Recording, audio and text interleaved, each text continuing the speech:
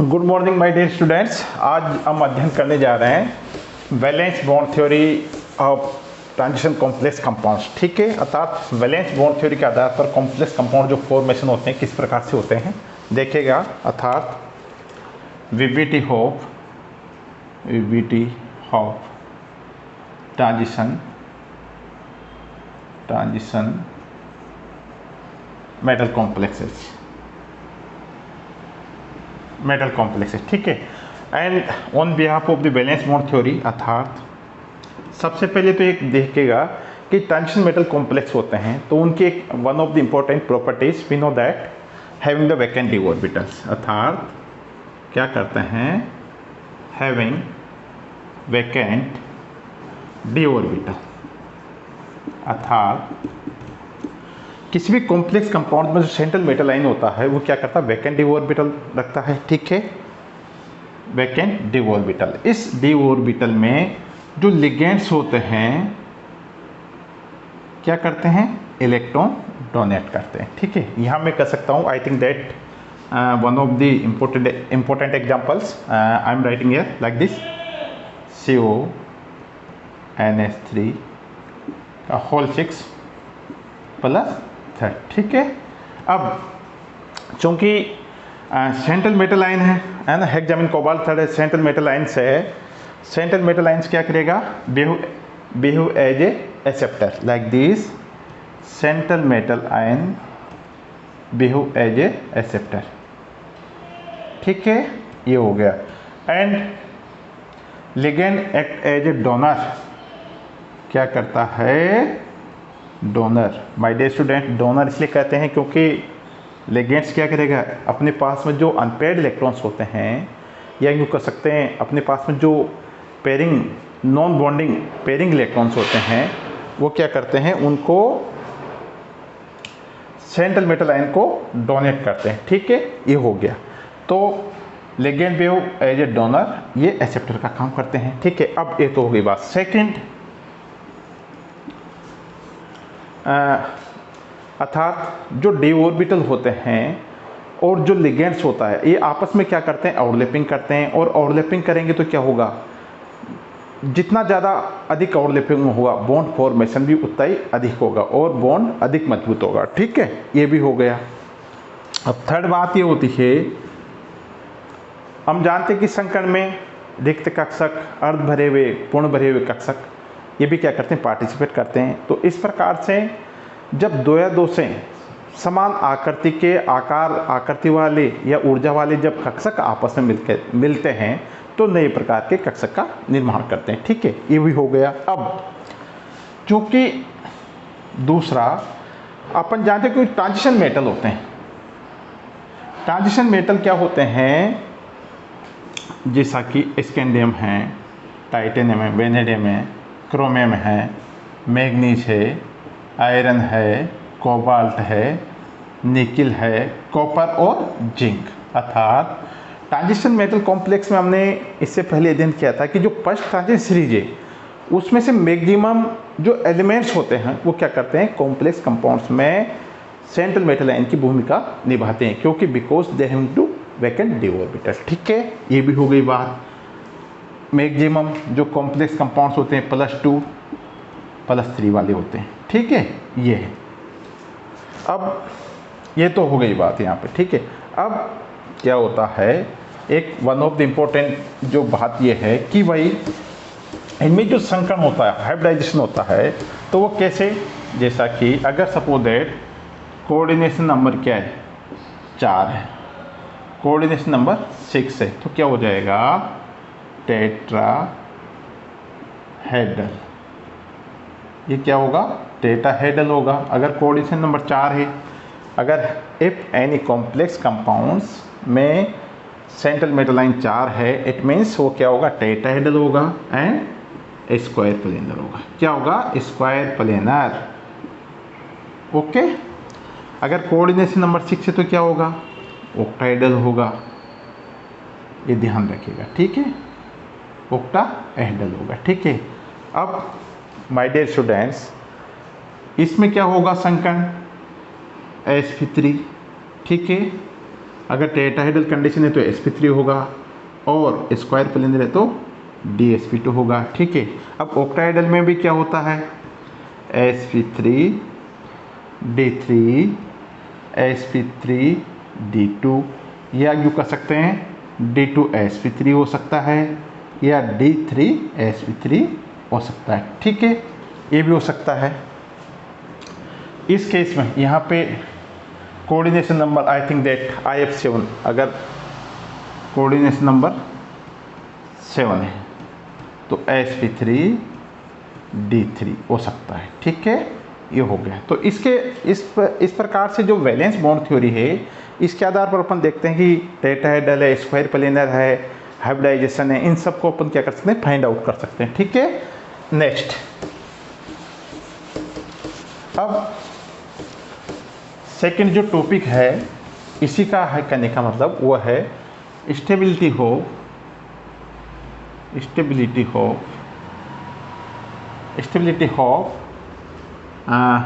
Complex compounds.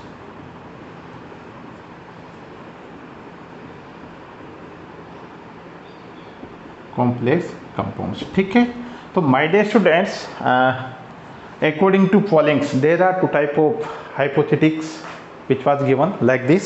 दो प्रकार की जो परिकल्पनाएं दी गई है। पहला है इलेक्ट्रो न्यूट्रलिटी, जिसको अपन विद्युत उदासीनता बोलते हैं। सेकंड, जिसके अपन वेल नोन है back bonding, okay, back bonding phenomena. ठीक है, both are given by the Pauling's. ठीक है, अर्थात इलेक्ट्रोन्यूट्रलिटी। तो आइए सबसे पहले अपन इलेक्ट्रोन्यूट्रलिटी का अध्ययन करते हैं। ठीक है, and one of the important examples, just I am writing here like this, CONH3 का होल 6। ठीक है, इसको इस तरह से लिखते हैं। एक तो ये लिख देते हैं FeH2 का होल 6, FeH2 का होल 6 प्लस 3 है। सेकंड में यहाँ पे लिख रहा हूँ CONH3 का होल 6 प्लस 3। ठीक है, अर्थात यहाँ पे दो प्रकार के जो कॉम्प्लेक्स कंपाउंड्स मैंने लिखते हैं। अब यहाँ पे हम देखते हैं इलेक्ट्रोन्यूट्रलिटी। ओके, अर्थात my dear students, according to Pauling ये बताते हैं कि अगर किसी भी कॉम्प्लेक्स कंपाउंड्स में जो लिगेंड्स होते हैं वो क्या करते हैं, सेंट्रल मेटल आयन को इलेक्ट्रॉन डोनेट करते हैं। ठीक है, अर्थात इलेक्ट्रॉन डोनेट करते हैं। ठीक है, डोनर का काम करते हैं। और सेंट्रल मेटल आयन क्या करते हैं, एज ए बिहेव एक्सेप्टर, वो क्या करते हैं, इलेक्ट्रॉन्स को गेन करते हैं, एक्सेप्टर होते हैं। ठीक है, एंड जब लिगेंड्स सेंट्रल मेटल आयन पर क्या करते हैं, इलेक्ट्रॉन डोनेट करते हैं। ठीक है, और इस प्रकार इलेक्ट्रॉन डेंसिटी भी बढ़ जाती है। इस प्रकार यहाँ पे उन्होंने देखा कि जो आयरन H2 होल 6 प्लस 3 है, तो इसका जो नियमनिष्ठ आवेश था, अर्थात जो फॉर्मल चार्ज क्या था 6। ठीक है, और ऑलरेडी फॉर्मल चार्ज क्या है इस कॉम्प्लेक्स कंपाउंड में 6 है। ठीक है, अब आयरन का अगर अपन इन केस आयरन का ऑक्सीडेशन स्टेट निकालते हैं तो क्या होगा, वो आएगा +3।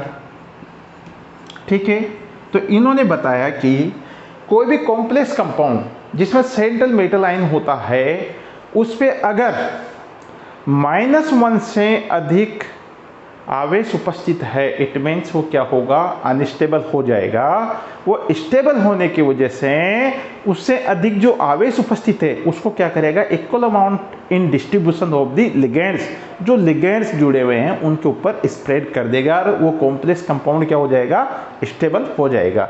तो माय डियर स्टूडेंट्स, -6 जो कि फॉर्मल चार्ज है और +3 जो कि सेंट्रल मेटल आयन का है, तो 6 + 3 अर्थात -6 में से निकालें तो -3 बच गया। ठीक है, अब यहाँ पे अर्थात +3 जो आवेश था इसने तो क्या कर दिया, -6 में से -3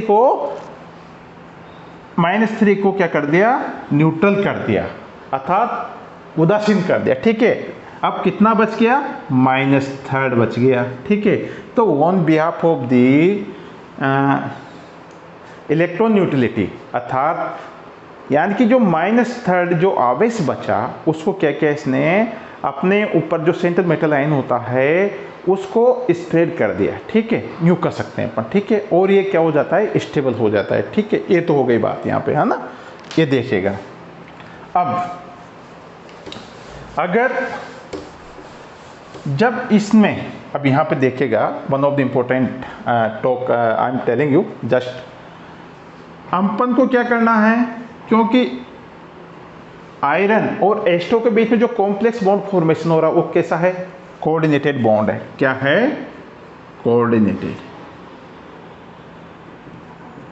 कोऑर्डिनेटेड बॉन्ड फॉर्मेशन हो रहा है। तो माय डियर स्टूडेंट, जो कोऑर्डिनेटेड बॉन्ड है उसमें कितने परसेंटेज आयनिक कैरेक्टर होंगे, अर्थात वो कोवलेंट होगा या आयनिक होगा, ठीक है। तो अगर सपोज दैट -6 जो फॉर्मल चार्ज था उसको +3 द्वारा अपन ने क्या कर दिया, उदासीन कर दिया। अर्थात अगर पूरा जो -6 चार्ज को अगर अपन पूरा का पूरा क्या कर देते हैं, उदासीन कर देते हैं, तो इट मीन्स इसमें क्या हो जाएगा, 50% आयनिक में भी और 50% कोवेलेंट, ठीक है। लेकिन माय डियर स्टूडेंट्स यहाँ पर देखिएगा, in case of the iron hexa third and hexamine cobalt third की अगर अपन बात करेंगे तो इस केस का अपन देखेंगे लाइक दिस OH2, ठीक है। इस केस की अगर अपन बात करेंगे लाइक दिस, ठीक है। यहाँ पे सेंट्रल मेटल आयन को इलेक्ट्रॉन डोनेट कर रहे हैं, यहाँ पे ऑक्सीजन कर रहे हैं, ठीक है। तो my dear students, electron negativity of oxygen is greater than nitrogen, ठीक है। इस बिहाफ पे अपन क्या करेंगे, इनके जो मध्य जो बॉन्ड है उसकी कितना प्रतिशत तो आयनिक होगा, कितना प्रतिशत कोवेलेंट होगा, इसको निकाल देंगे, ठीक है। अब यहाँ पे देखिएगा, चूंकि इस केस में जो आयरन है उसमें जो H2 हो उसमें ऑक्सीजन है, चूंकि ऑक्सीजन की electron activity of the nitrogen के कंपेयर में क्या है, ज़्यादा है। तो माय डियर स्टूडेंट, जो इलेक्ट्रॉन डोनेट किए जा रहे हैं, तो जो सेंट्रल मेटल आयन को जो इलेक्ट्रॉन दिए जा रहे हैं उनमें क्या होगा, चूंकि इलेक्ट्रॉन का थोड़ा डिस्प्लेसमेंट ऑक्सीजन की ओर होगा, क्योंकि ऑक्सीजन की इलेक्ट्रॉन एक्टिविटी क्या है, ज़्यादा है एज कंपेयर।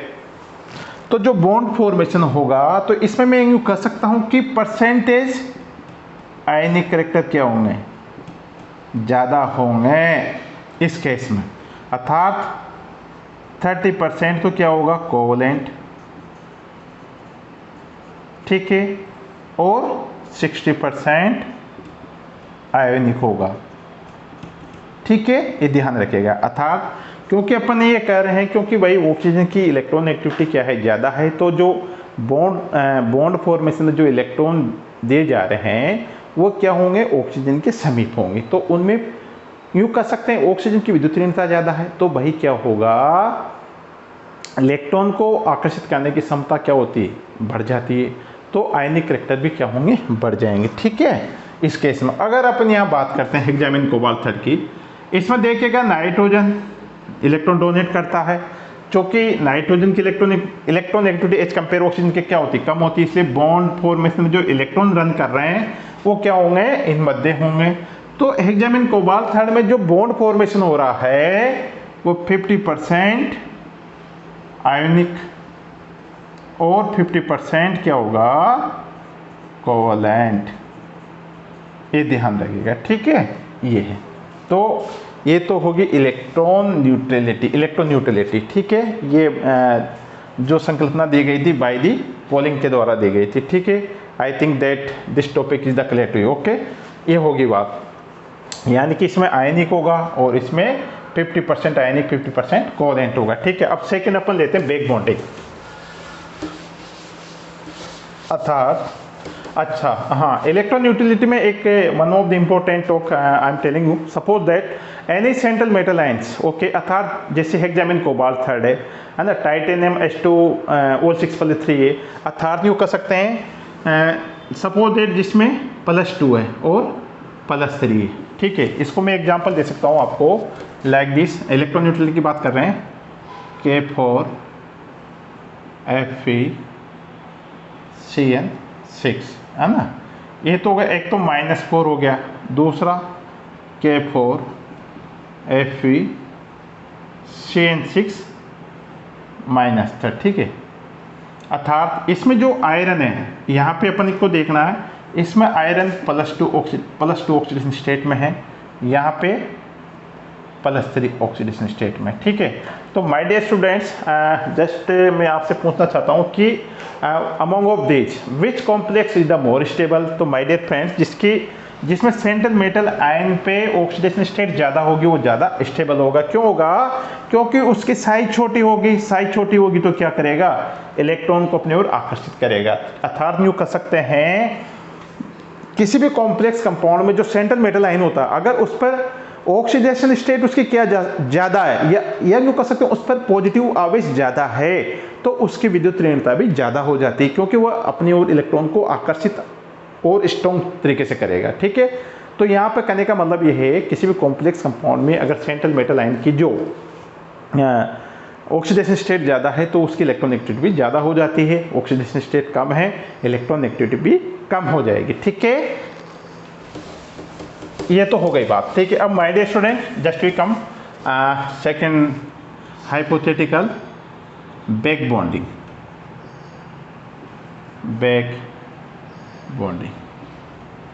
लाइक दिस, ठीक है। ये होगा बैक बॉन्डिंग, ठीक है। अब this is a very simple. एक तो मैं बैक बॉन्डिंग को बता देता हूँ कि भाई दो are the complex compounds, okay. अर्थात वे कॉम्प्लेक्स कंपाउंड्स जिसमें सेंट्रल मेटल आयन उपस्थित होता है, और वो कौन सी ऑक्सीडेशन स्टेट में होता है? Maximum zero oxidation state. अर्थात इस प्रकार की जो कॉम्प्लेक्स होते हैं जिसमें शून्य ऑक्सीकरण अवस्था होती है, उसमें डी पाई पी पाई बॉन्ड फॉर्मेशन होती है और बैक बॉन्डिंग परिघटना देखने को मिलती है, ठीक है। अब हमने स्टार्टिंग में पढ़ा था, suppose that central metal ions, okay, behave as a acceptor, okay, ligand act as a donor. Ligand क्या करते हैं? इलेक्ट्रॉन देते हैं, और सेंट्रल मेटल आयन क्या करता है? इलेक्ट्रॉन एक्सेप्ट करता है, because having vacant D orbital, ठीक है। तो जब लिगेंड्स इलेक्ट्रॉन देता है तो सेंट्रल मेटल आयन के ऊपर क्या होती है? इलेक्ट्रॉन डेंसिटी बढ़ जाती है, और इलेक्ट्रॉन डेंसिटी बढ़ जाने के बाद में वो कॉम्प्लेक्स कंपाउंड क्या होता है? अनस्टेबल हो जाता है। तो स्टेबल होने की वजह से क्या करेगा? जो सेंट्रल मेटल आयन होता है वापिस इलेक्ट्रॉन को क्या करेगा? लिगेंड की ओर बैक करेगा, पुश करेगा। तो इस प्रकार की जो परिघटना होती है उसको अपन बोलते हैं back bonding phenomena, back bonding परिघटना, ठीक है। तो देखिएगा my dear students, like this, and this the ligand, this ligand, ठीक है। ये हो गया। अब चूंकि इलेक्ट्रॉन डेंसिटी क्या होगी? यहाँ पे बढ़ गई, ठीक है। ये क्या करेंगे? वापस लिगेंड्स को इलेक्ट्रॉन डोनेट कर देते हैं, इलेक्ट्रॉन जो है लिगेंड्स को वापस बैक कर देते हैं। इस प्रकार डी पाई या पी पाई बॉन्ड फॉर्मेशन बनता है, ठीक है। इसका एग्जांपल मैं बता देता हूँ आपको, NiCO4, nickel tetra carbonyl, okay. सबसे पहले my dear students, we know that nickel की कौन सी ऑक्सीडेशन स्टेट होगी? क्योंकि निकिल जीरो ऑक्सीडेशन स्टेट में होगा, एंड ये होगा sp3, ठीक है। एंड सेकेंड टेट्राहेड्रल, ये ध्यान रखिएगा, टेट्राहेड्रल, ठीक है। अब चूंकि sp3 है, टेट्राहेड्रल है, and third is the geometry, अपन ने find third diamagnetic and paramagnetic. तो how you can identify like this, suppose that Ni, okay, zero oxidation state है, इसका मतलब 28, यानी कि क्यों कह सकते हैं 4s2 3d8, ठीक है। अब अपन को अगर संख्या क्या sp3 है तो उसके अकॉर्डिंग अपन को एडजस्ट कर लेते हैं, अर्थात लाइक दिस 1 2 3 4 5, ठीक है।